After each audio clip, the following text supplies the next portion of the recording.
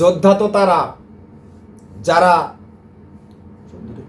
বস্ত্রহীন মানুষকে বস্ত্রের ব্যবস্থা করে, ক্ষুধার্ত মানুষের আহার যোগায়। যোদ্ধা তো তারা ভাই।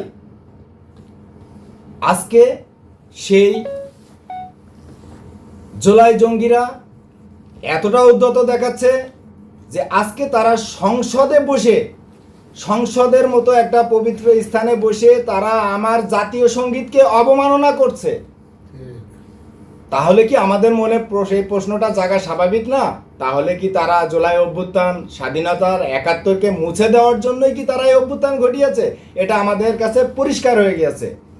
এখন আমরা তাদেরকে ছাত্র জুলাই যোদ্ধা বলতে পারি না, আমরা এখন তাদেরকে জুলাই জঙ্গি বলছি।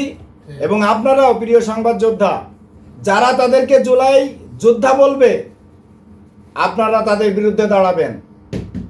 আপনারা তাদেরকে জুলাই যোদ্ধা সংবাদ প্রচারের মাধ্যমে স্বীকৃতিটা যদি না দিয়ে তাদেরকে জুলাই জঙ্গি স্বীকৃতি দেন, তাহলে আমরা মনে করব যে সত্য খবর সারা দেশে প্রকাশিত হচ্ছে এবং সংবাদ যোদ্ধারা, আমাদের নতুন প্রজন্মে যে সংবাদ যোদ্ধা রয়েছে, তারাও স্বাধীনতার সপক্ষে এবং বাংলাদেশের পক্ষে একটি স্বাধীন, সার্বভৌম, সমৃদ্ধশালী বাংলাদেশ বিনির্মাণের জন্য শুধু রাজনীতিবিদ না, সাংবাদিকদেরকেও অনেক বেশি অবদান রয়েছে। এই সাংবাদিকরাই, এই সাংবাদিকগণের কারণেই বীর মুক্তিযোদ্ধারা সাহস পেয়েছিল।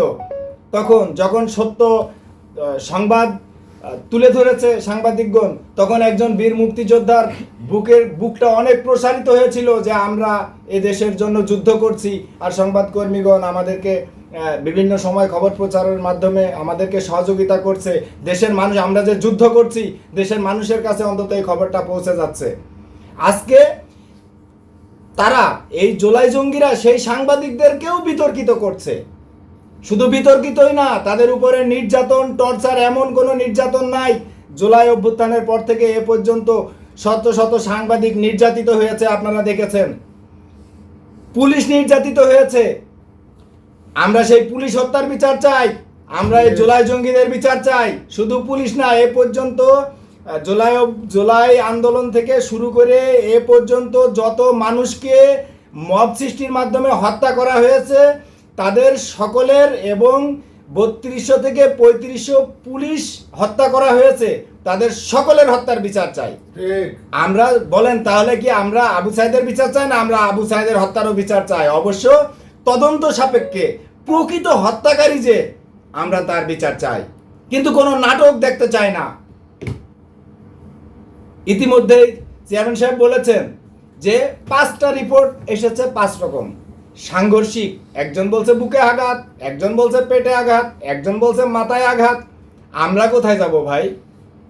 আমরা কি করে বলবো? তার মানে এখানে প্রমাণিত হয় যে তারা এটা নিয়ে একটা নাটক তৈরি করছে। আমরা এই নাটক থেকে বের হয়ে নতুন প্রজন্মকে আলোর পথে নিয়ে এসে একটি সুন্দর সৃজনশীল রাজনীতির পথে অগ্রসর হতে চাই।